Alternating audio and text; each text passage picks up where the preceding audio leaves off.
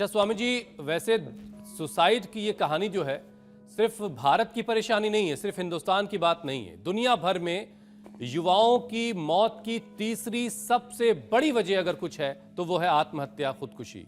और इसका सबसे जो बड़ा रीजन है वो है अकेलापन। लोग खुद को बहुत अकेला महसूस करने लगे हैं। कहने को तो सिर्फ एक ये शब्द है, लेकिन लोग इसको गंभीरता से नहीं लेते कई बार।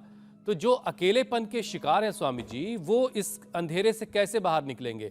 आपने भी लाइव एग्जाम्पल में दिखाया कि साउथ अफ्रीका में वो रहती थीं, वहाँ बहुत खालीपन उनको महसूस होता था, वो हिंदुस्तान लौट के आई हैं, अपनों के बीच आई हैं। तो ये जो अंधेरा है अकेलेपन का, इससे लोगों को कैसे निकाला जाए?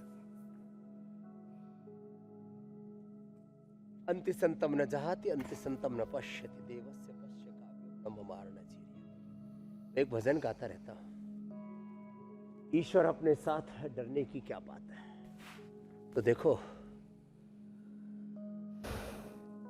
चला जा रहा हूं मैं राह पर तुम्हारी, राह में जो आए तूफान भारी, थामे हुए बस मेरा हाथ तू है, मेरा नाथ तू है, मेरे साथ तू है, नहीं मैं अकेला, मेरे साथ तू है। चला जा रहा हूँ मैं राह पर तुम्हारी, राह में आए जो तूफान भारी, थामे हुए बस मेरा हाथ तू है, मेरा नाथ तू है। तो देखो, वो खुदा, वो अल्लाह ऑलमाइटी गॉड, भगवान वाहिगुरु अकाल पुरुष हमारे हमेशा अग्रसर है। और देखो, इस स्थान की तो बात छोड़ो, आप कितने समय तक अकेले बैठ सकते हो, अकेले सो सकते हो? आपको आखिर अपनों के बीच ही रहना होता है। तो हर समय हम भगवान के अंग संग हैं, और हमारे संग हमारा ज्ञान है, हमारी संवेदनाएं हैं, हमारे संग हमारा कर्म है, हमारा पुरुषार्थ है, हमारा लक्ष्य, गंतव्य, ध्येय है। हमारे साथ अपने भीतर ये सारा ब्रह्मांड है। योग का सिद्धांत है। तो आत्मावारे द्रष्टव्य है, श्रोतव्य, मंतव्य, हमने योगाभ्यास तो पूरा करा दिया। पवन मुक्तासन, उत्तान पादासन, जिनमें थोड़ी फ्लेक्सिबिलिटी है, पाद अंगुष्ठनासा, स्पर्शासन, और ये सेतु बंधासन कर लेना। बाकी बैठ करके मंडूक आसन और शशकासन भी मस्तिष्क के लिए अच्छा है। अकेलापन और खालीपन, लॉनलीनेस, इनकम्प्लीटनेस, अपने भीतर हम अपूर्णताएं अनुभव करते हैं और हम सोचते हैं कोई मिल जाएगा, कोई मिल जाएगी तो मैं पूरा हो जाऊंगा। किसी व्यक्ति, किसी वस्तु, किसी उपलब्धि से, किसी सत्ता सम्मान से हम पूरे हो जाएंगे। ये ख्याल हमारा काल्पनिक है, हम स्वयं में पूर्ण है। हमारे तो उपनिषदों का सबसे बड़ा उद्घोष है, योग और अध्यात्म का सबसे बड़ा ये शाश्वत सनातन सत्य है। ओम पूर्णमदः पूर्णमिदं पूर्णात् पूर्णमुदच्यते पूर्णस्य पूर्णमादाय पूर्णमेवावशिष्यते। देखो, मैं आपके सामने हूं, मैं जितना अकेले में रहता हूं उतना और ज्यादा खुश होता हूं। और एक ने तो मेरे से पूछा, स्वामी जी आपको रात को नींद आ जाती है? मैंने कहा मतलब? बोला आप तो अकेले रहते हो ना। मिलकर अकेले रहते हैं तो इसमें तो और अच्छी नींद आ जाती है। दूसरा कोई पड़ोस में सोए तो हमको नींद ही नहीं आती। कोई खर्राटे मारता है, कोई इधर उधर टांगे मारता रहता है, कोई पाद मारता है। अभी तक जाग रहे हो। लेकिन स्वामी जी, आपकी इस बात से मुझे एक बात ध्यान आई, जो कल मैं और ज्योत्सना ऐसी कार्यक्रम के बाद डिस्कस कर रहे थे, कि living alone is not, you are living lonely. तो अकेले रहने का मतलब ये नहीं है कि आप वाकई में मेंटली अकेले हैं, क्योंकि आप ही ने गाया ना, नाथ हमारे साथ है। तो ये समझने की ज़रूरत है, अलोन और लोनली के बीच में फ़र्क समझने की ज़रूरत है। आप भीड़ में रहते हुए भी अकेले रह सकते हैं, और कई बार किसी के साथ होने पर भी आप लोनली महसूस करते हैं। बिल्कुल। स्वामी जी, मेंटल हेल्थ की हम बात कर रहे हैं, और इसका बहुत बड़ा दुश्मन डिप्रेशन है। और परेशानी ये है कि दुनिया भर के डिप्रेशन से प्रभावित लोगों में से करीब 50% तो चीन और भारत के ही हैं। इन दो देशों में 8 में से 1 शख्स डिप्रेस्ड है और सुसाइड कर रहा है।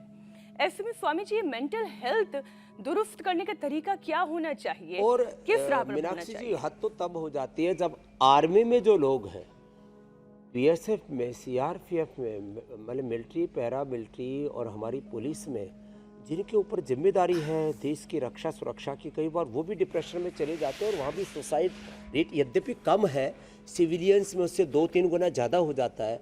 और एक बात और देखी गई जी, अत्यंत गरीब लोग सुसाइड नहीं करते। देखो, अमीर बनने के सपने जिनके पूरे नहीं होते वो सुसाइड करते हैं। Middle class, lower middle class, upper middle class और सुपर डुपर क्लास वाले तो बहुतों ने सुसाइड किया है। क्यों? तो ये जो सुसाइड का जो पूरा संबंध है वो एक नेगेटिव और डिस्ट्रैक्टिव जो थॉट प्रोसेस हमारे दिमाग में चल रहा होता है। या तो आदमी किसी की जान ले लेता है या तो अपनी जान जो दे देता है वो तभी करता है जब कहीं ना कहीं से वो मोलिक्यूल्स ऑफ इमोशंस, संवेदनाओं की जो सूक्ष्मतम स्वरूप है उस उलझनों को जो सुलझा नहीं पाते, जो विचारों के भंवर में, एक तो पानी में भंवर बनता है और उसमें आदमी कहाँ चला जाता है कुछ पता ही नहीं लगता है। तो विचारों की भीड़ के भंवर में जो एक बार घुस गया और उससे बाहर निकालने के लिए उसने यदि प्रयत्न नहीं किया अपने आप को उभारने के लिए, परिवार के लोग, बड़े लोग, आज इंडिया टीवी के माध्यम से हम उन लोगों को उस भंवर से, उस विचारों की भीड़ के बीहड़ से बाहर निकालने के लिए जो छोटी छोटी आज उपाय बता रहे हैं। क्या करें? सुबह उठ करके, मैंने कहा शंखनाद करें, सुबह उठ करके दौड़ लगाना शुरू कर दें, खेलना शुरू कर दें, जबरदस्ती हंसना शुरू कर दें। एक बार जरा हंस के दिखाओ, नीचे भी बहुत आ गए प्राणी आज तो पूरे आनंद से। इच्छा ना हो तो भी हंसो, इच्छा ना हो चलो रिलैक्स रिलैक्स रिलैक्स। नहीं, आप जो बात कहते हैं ना स्वामी जी, आप उसी तरीके से बोले, गीता पाठ करो, कुरान इच्छा का, हो बाइबल का पाठ करो, गुरु ग्रंथ तो का। योग करो, लेकिन इच्छा ना हो तब तो जरूर योग करो। आप ऐसे डांट लगाइए सबको। ना हो ओ गोस्वामी तुलसीदास जी महाराज ने कहा, भाय कुभाय अनख आलसहु, नाम जपत योग करत मंगल दिश दसहु। और हमेशा अपने आप को भगवान के सन्मुख अभिमुख अनुभव करो। सन्मुख होय जीव मोहि जब ही जन्म कोटि अघनाश ही तब ही। गोस्वामी तुलसीदास जी महाराज कह रहे, अरे हमेशा गुरु के अभिमुख रहो, गुरु के वचन, शास्त्र के वचन, और हमेशा अपने चारों तरफ उस ऑलमाइटी गॉड वाहे गुरु अकाल पुरख खुदा अल्लाह भगवान को अपने अंग संग अनुभव करो। और मैं अकेला नहीं हूँ, मेरे साथ हजारों लाखों करोड़ों वर्षों की एक जेनेटिक यात्रा चल रही है। मेरे साथ मेरे पुरखों का पुण्य है, मेरे सामने अनंत भविष्य है। ऐसे मैं कहाँ अकेला हूँ? मैं तो चारों ओर पूरे ब्रह्मांड से आशीषित हूँ, अभिषिक्त हूँ, अनुग्रहित हूँ, उपकृत हूँ। ये मेरा हर समय जो अपने आप को ऐसे दिव्यता से आपूरित रखते हैं, उनकी जिंदगी में आखिर खालीपन, अकेलापन, सोनापन कभी आ ही नहीं सकता।